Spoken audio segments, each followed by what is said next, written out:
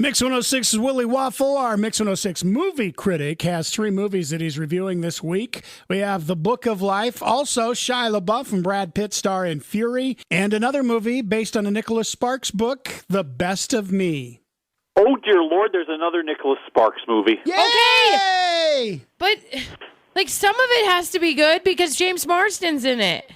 Well, and I feel a great deal of pity for James Marsden as well as his co-star Michelle Monaghan because I like them both very, very much. But, man, this movie, doesn't the title just sound like a John Legend song? And I'm sorry, that's an insult to John Legend. What is it? Into Me?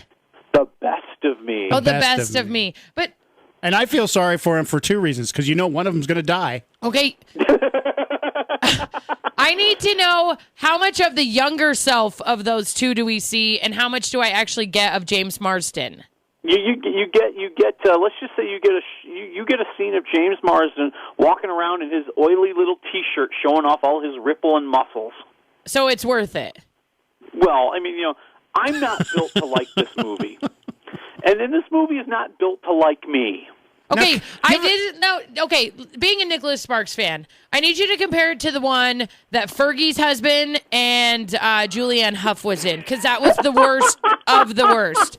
So, on a Nicholas Sparks scale, from The Notebook to that garbage, where does this fall? Which I think was that one called Safe House. Yeah, it was so bad. Yeah, this is on Safe House levels. No, you couldn't even put it in the middle. No, I know, because it doesn't deserve to be in the middle, okay? I mean, think about that. It is such the quintessential Nicholas Sparks story. Why, they're young teen lovers and they're crazy for each other, but they grew up on opposite sides of the tracks. Oh, my! And then a horrible accident happens and the young boy has to go to jail, and they don't see each other for 20 years. But that 20 years passes, and they both return to that small little town because a mutual friend has passed away.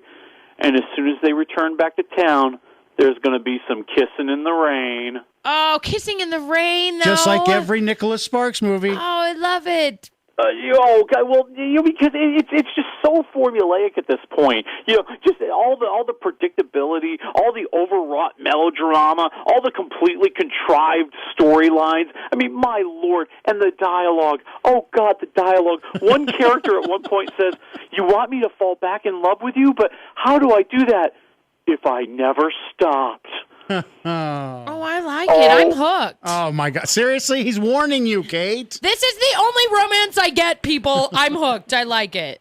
I'm just going to say that there was another Nicholas Sparks movie that ended with a major character turning out to be a ghost, and that ending was more plausible than what you see here. Dang it. What do you give it? Now I have to go see it to find out the ending.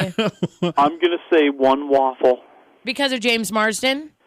Because I really do feel sorry for James Marsden and Michelle Monaghan. Okay, what else is out this weekend? Hey, come on, the one where Shia LaBeouf came right here to Boise so that he could research. It's not even about the Boise. It's Brad Pitt and 4 hot men in a tank. Still, he came. It has a piece of Boise it doesn't in it. really. There's no Boise in this movie. Sure there is. You're just making giant leaps. Without the military here in the Treasure Valley, this movie never would have been made. Oh, my gosh. Willie, give us something else about Fury other than Boise, because there is no connection. It is about the spirit of America, people. I knew it! Oh, my God. It is Brad Pitt single-handedly bringing back the epic World War II movie. That's right, Brad Pitt is kicking Nazi booty again. And Fury was one good casting decision away from being an Oscar winner. You got Brad Pitt playing the grittiest and the prettiest tank commander in all of Europe. It's April 1945. They're rolling into Germany, and the Germans are on the run. But now the tank, there's some unrest in the tank because one of their team members has passed away, and he's being replaced by Logan Lerman, this little kid who was supposed to be a clerk and a typist, and now he's on the front lines, and he's not happy about it. The guys in the tank aren't happy to have him, and now they're facing the greatest danger they've ever known. So who was the cast member that was the reason why they couldn't be an Oscar contender? That stinking little Logan Lerman. Seriously, they could have done better?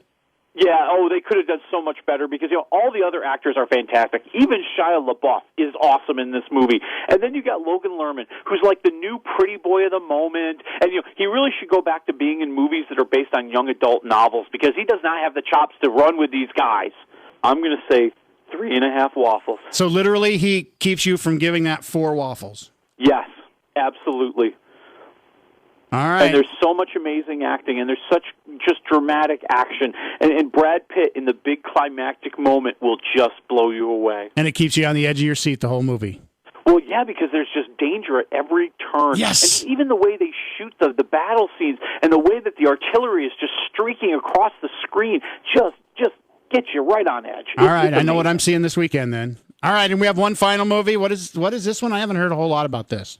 Yeah, it's The Book of Life. It's an animated film, and I could tell you what the plot is, but I don't have an hour and a half. Didn't we see this with the kid in the boat with the tiger? No. No. That was the Life of Pi.